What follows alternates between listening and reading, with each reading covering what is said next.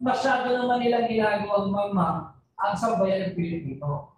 Paano ka makakapagpasa ng isang 6.325 trillion pesos national budget for 2025 base sa isang bicameral conference committee report na blanco? At bilang nagpapatunay na sincero tayo sa ating inalaban ng korupsyon, nagsampa kami ng kaso sa Korte Suprema questioning the constitutionality of the 2025 budget. Transparency.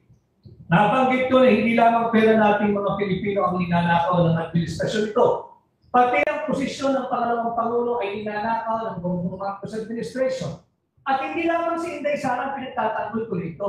Every time I speak of this brazen attempt to steal, to rob the Filipino people of the office of the Vice President.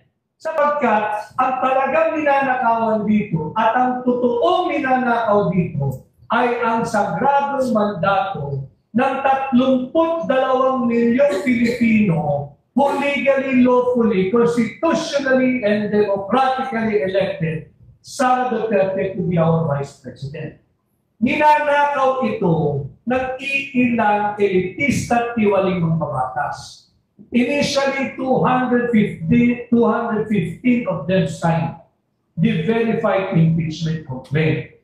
Tatalakayin ko rin, subalit natin ito na kayo, yung sinapit ng isang abogado na kandidato bilang Vice Governor. I think, nung linahad niya yung vulnerability na gagamiting automated counting machine o yung ating automated election system na yung narating hananan. Ano sinapit ng abogado, accountant, at kandidato bilang vice-gobernador? Siya ay hinabla ng Commission on Election. Bakit po i-apply yung tao?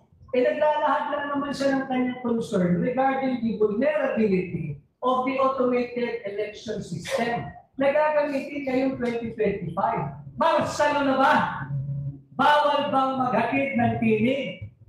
Bakit mo i-demanda? They have weaponized the libel and cyber libel law. Pagka ikay nagsalita at hindi maganda o sang-ayon sa pandinig ng mga nasa gobyerno, i-demanda ka ng libelo. Kailan pa na amindahan ng ating saligang batas? Ang huling konsulta ko sa saligang batas ay kagabi nung aking binasa yung Article 3, Section 4. Malinaw pa rin naman na nandoon yan, hindi pa na-amindahan, hindi pa na-retrieve. That no law shall be passed abridging the freedom of speech, of expression, and of the press. So bakit mo i-demanda yung isang taong nagpahayag lang ng kanyang concern? May karapatan siya. Pilipino yun, taxpayer yun eh. Abogado yun, accountant yun. And in his blog or whatever you call it, yung video na kanyang pinost, ay sinabi niya, linay down niya yung kanyang expertise. Na siya ay isang accountant at meron talagang expertise, may tutuloy siyang expert pagdating sa IT o technology. So ito yung mga nangyayari sa ating bansa na sana kayong mga membro ng Fourth Estate, whether you belong to the traditional media or the new media, yung mga kasamahan natin sa digital platform, sa social media, sana ito ang inyong pinag-uusapan and maging ambag natin lahat towards nation building. We only have one country. Alam kong mahirap pagkatiwalaan ang mga naglilingkod sa bayan ngayon. Subalit, let's not give up on the Filipino people. Huwag tayong bumigay at sumuko para sa ating bansa. Pagtulong-tulungan natin, sana maging aktibo partner kayo na gabayan ang ating mga mamamayan sa pagpili ng tamang leader na kanilang gagawin pagdating ng May 12, 2025 election because again, we do not have transparency, we do not have accountability. And these are the important matters that we should be talking about as we approach the midterm election that shall serve as a referendum whether we are in approval of the first 3 years of this very corrupt government administration of Bongbong Marcos. Higit bang mababa ang presyo ng pangunahing bilihin ngayon kaysa 3 years ago? Higit bang mababa ang antas ng kriminalidad ngayong administrasyon ni Bongbong Marcos kaysa ng panahon ni Pangulong Duterte?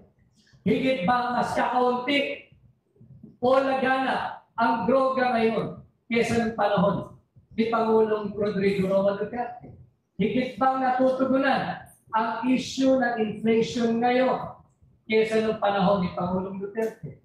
Higit bang mura ang presyo ng bigas ngayon kesa nung panahon ni Pangulong Duterte? Ito yung mga mahalagang issues at hindi tayo dapat nagpapabudol at sumasabay doon sa pagkagaslight ng administrasyon na napakaraming fake balita ang kanilang nilalabas. And yes, we should fight fake news, we should fight false information, we should fight the false propaganda, the false propaganda that the PCO or the government media arm is feeding the people every day. During this media forum, right at this very moment, even if the corrupt in the government are stealing our money.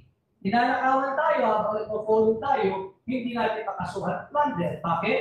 Hindi pa umaabot sa 50 million pesos yung kanilang ninanakaw. Ay yun yung itinakda ng batas. So I will work for the reduction of the threshold from 50 million pesos to 1 million pesos. And when I'm done with reducing the threshold ng plunder law, aking isa sa batas na maibalik ang death penalty sa kaso ng dalawa lamang. Yung mahatulan at mapapatunayan guilty sa kasong plunder at yung mga taong gobyerno at mga banyaga, alien or foreigner na mahatulan na sangkot sa kasong illegal na droga. Dito lamang muna tayo sa dalawang krimen ito. Ibabalik natin yung death penalty. And yung isang immediate concern, I believe, basura na yung resolution, concurrent resolution number 10 ng Senado at ng Kongreso na kung saan nagpapahintulot ng tinatawag na liquidation by certification.